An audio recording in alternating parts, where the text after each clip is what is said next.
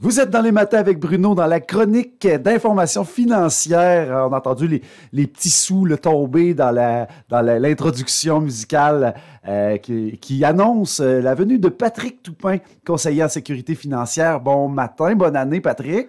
Bon matin Bruno, ça va? Comment ça va? Ça va super bien, toi? Oui, ça va très très bien. Écoute, je te souhaite une bonne année 2025. J'espère que les choses vont bien se passer. Ben oui. Puis là, écoute, on voulait vraiment faire une petite place ce matin parce que les habitués savent que tu es le jeudi d'habitude, mais là, on voulait vraiment avoir un petit aperçu du nouvel an, lancer l'année comme il faut avec toi. Oui, bien effectivement, je pense que là, c'est important, là, en fin d'année ou en début d'année, là, de revoir un peu ses finances, réorganiser un peu les choses, planifier ses cotisations REER et le rapport d'impôt qui s'en vient bientôt. Là, donc, je pense que c'est important là, de voir tout ça. D'ailleurs, je voudrais revenir un petit peu sur notre chronique du 19 décembre. On avait parlé des REER. Puis, en réécoutant notre chronique là, dans une optique d'amélioration continue, je voulais revenir sur certains points, juste m'assurer que c'était clair là, pour nos auditeurs. Parfait, là, ça. Concernant notre fameuse cotisation REER annuelle. OK. Donc, ce que je voulais faire, c'est que je voulais rappeler les effets là, d'une cotisation là, sur nos finances. Donc, le premier effet là, qu'on remarque là, lorsqu'on fait une cotisation REER, c'est la baisse de nos revenus imposables. Okay? Je reviens un petit peu en arrière, là, puis je vais décortiquer ça rapidement. Donc, en faisant baisser nos revenus imposables, évidemment, on va provoquer, sans aucun doute, un remboursement d'impôts. C'est ce qu'on appelle l'impôt différé. Donc, ça, c'est un des premiers effets là, de notre cotisation.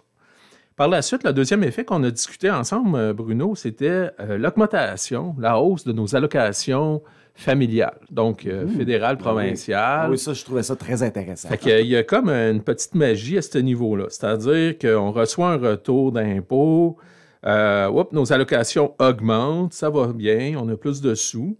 Le troisième effet là, qu'on n'a pas parlé, c'était le taux d'aide sur les régimes enregistrés d'épargne études. Ah oui. Parce que quand on a un revenu plus faible, le gouvernement nous subventionne plus fortement pour nos REER.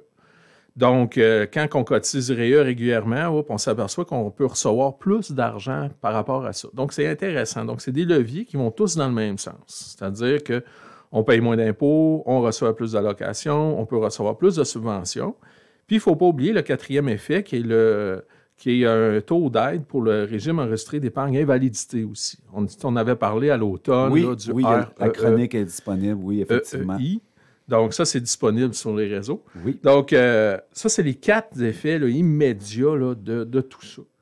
Donc, sans parler du côté économie, là. Économie d'argent, puis cet argent-là va fructifier avec le temps dans le REER. Effectivement. Donc, c'est sûr que un placement à long terme, 10, 15, 20 ans, tout ça, ben, ça fait des rendements, évidemment. Là, quand on consulte un conseiller puis qu'on le place au meilleur des marchés, ben, on devrait avoir des rendements. Donc, tout ça, c'est de l'argent qui rentre dans les poches, c'est de l'argent qui est remis en circulation dans votre intérêt à tout le monde, là, du contribuable. Je t'avais aussi posé la question, Bruno, comme ça, à brûle-pourpoint. Qu'est-ce qu'on fait avec les allocations familiales, Bruno, à ce moment-là? Oui. Ben, moi, je vois trois voies possibles. Oui, j'avais eu la mauvaise réponse, si je me souviens bien. Ben non, tu avais eu une bonne réponse. Il n'y en a pas de mauvaise réponse. Donc, ce que je disais, c'est que les allocations familiales peuvent être réinvesties dans le régime d'épargne études, peuvent aussi servir à nos frais de subsistance, donc les articles scolaires, ces choses-là. Puis, il peut aussi être réinvesti dans le CELI. Mm-hmm. Donc, le CELI, on n'en a pas parlé. Ça va être d'ailleurs le sujet d'aujourd'hui, de notre chronique. Okay. Donc, on va parler du compte d'épargne libre d'impôt cette année. Aujourd'hui, maintenant. Parfait. Bon, on est avec Patrick Toupin, conseiller en sécurité financière dans la chronique Information financière et on parle de CELI. Donc, Patrick, je t'écoute. Nouveau produit là, qu'on n'a pas abordé encore cette année. Oui, il n'est pas tant nouveau puisqu'il est en place depuis 2009, mais c'est vrai qu'on ne l'avait pas abordé là, plus spécifiquement, là, ce produit-là. Donc, en fait, là, pour être admissible au CELI, on doit avoir 18 ans. au départ. Donc, à partir du moment que tes ados ont 18 ans, tu peux leur ouvrir un compte CELI puis commencer à déposer des sous dedans. Il n'y a pas de limite d'âge. Donc, tu peux avoir 108 ans si tu veux, puis avoir encore ton CELI bien en vigueur. L'avantage du CELI, c'est que les épargnes sont à l'abri de l'impôt. Donc, pour autant que tes placements donnent du rendement, Bruno, à l'intérieur de ton CELI, tous ces rendements-là ne seront jamais imposables. Donc, c'est ça qui est assez intéressant. Ensuite, le maximum cotisable, le maximum cumulatif cotisable en 2025 est à 102 000 actuellement. Chaque année, le gouvernement accorde une tranche de cotisation, puis le 102 000, en fait, c'est l'accumulation depuis 2009 de toutes les tranches qui ont été accordées. Puis pour te donner une idée, une tranche de cotisation est depuis 2 ans de 7 000 $ par année. Donc, une personne peut contribuer 7 000 par année si elle a atteint son maximum de l'année précédente. OK. Puis sinon, là, mettons, j'aurais 200 000 de pilés dans mon compte. Je pourrais, cette année, mettre 107 000 si je n'ai pas de CELI encore. Exactement. C'est ça que tu pourrais transférer en 2025 l'équivalent de 102 000 $ directement dans ton CELI. Donc, il y aurait un avantage assez important puisque ces 102 000 $ -là feraient des intérêts à l'abri de l'impôt. Mm-hmm. Donc, il y a une petite subtilité à avoir là. Maintenant, on va parler un petit peu de stratégie. Évidemment, tu sais que je suis un fervent... J'étais un fervent amateur où moi, je conseille souvent aux gens de faire de l'épargne. Hein? Oui. Donc, soyez actifs en épargne, peu importe ce que vous faites, faites de l'épargne active. Mm-hmm. Donc, moi, ce que je suggère souvent dans la stratégie suivante, c'est de faire des dépôts périodiques dans son CELI directement. Pourquoi? Parce que quand on dépose dans le CELI, c'est que cet argent-là, il n'y a pas de déduction fiscale. Mais il n'y a pas d'imposition. Donc, on peut récupérer au cours de l'année ces argents-là facilement, sans aucune contrainte fiscale. Une fois que ces argents-là sont dedans ton CELI, écoute, le rendement est à l'abri de l'impôt. Puis, ça constitue aussi un fonds d'urgence. Le fonds d'urgence, c'est pour quoi, Bruno, exactement? C'est pour en cas de problème. En cas d'imprévu. En cas d'imprévu, je pense que ça le dit. Donc, on se constitue un fonds d'urgence via notre CELI. Si on a besoin, on peut récupérer rapidement sans impact fiscal. Puis, ça peut servir aussi de mise de fonds pour nos REER à la fin de l'année.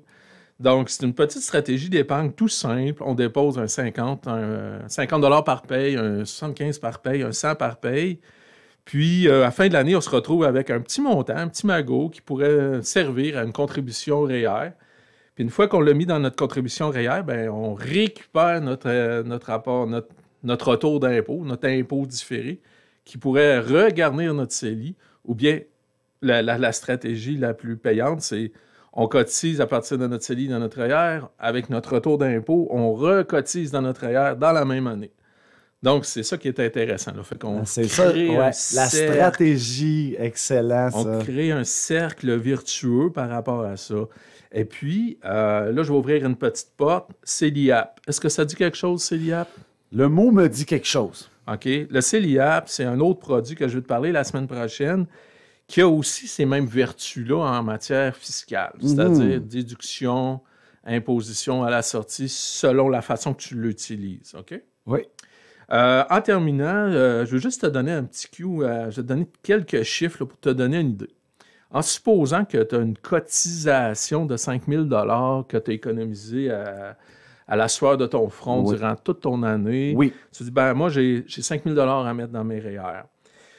En supposant que tu aurais un taux d'imposition de 36 %, tu récupérerais 1 800 $ d'impôts différés.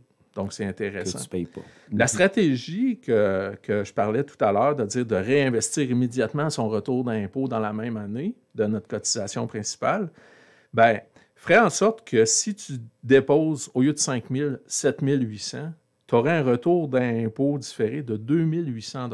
C'est-à-dire, c'est la différence que tu mets en surplus, que tu récupères en Oui, parce que là, tu sais que tu vas l'avoir, donc tu peux déjà le planifier. Exactement. C'est un petit calcul mathématique, pas très compliqué, mais évidemment, on fait ça avec notre conseiller, on s'assoit et on se dit, qu'est-ce que je peux faire pour optimiser ma cotisation immédiatement puis récupérer mon impôt? Là, tu nous donnes le goût. Tu nous donnes le goût de faire de la vraie planification. C'est quelque chose. Fait que dans le fond, L'idée dans ça, c'est d'optimiser immédiatement ta cotisation REER pour pouvoir en profiter le plus longtemps possible.